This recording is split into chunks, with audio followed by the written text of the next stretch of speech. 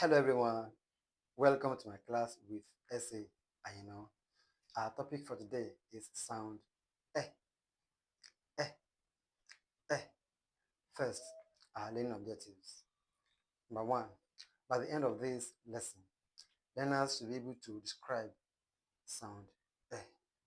Number two, learners should be able to correctly pronounce sound eh. Number three, learners should be able to identify words containing sound eh.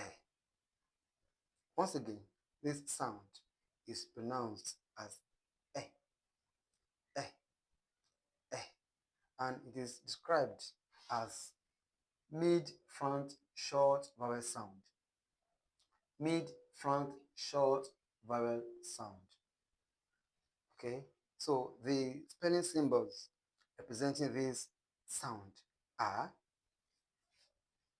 first, letter E as in set, send, well, fend, bet, net, leg, egg, tell, ten, beg, belt, etc. Next, letter EA as in head, breath, death, realm, health, dead, threat, dread, heavy. Next, letter AI as in said. So letter AY too in this word is says, says, says. So without this S, it is not this sound. It is a diphthong. A.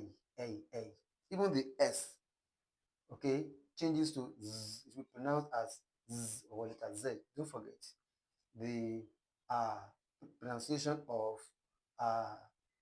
present marker. Do you understand? So it is a says. And then this letter U, berry. Okay, and then IE as in friend. EO as in jeopardy, leopard, Jeffrey, learned, and so forth. I think we'll be able to cover our learning objectives.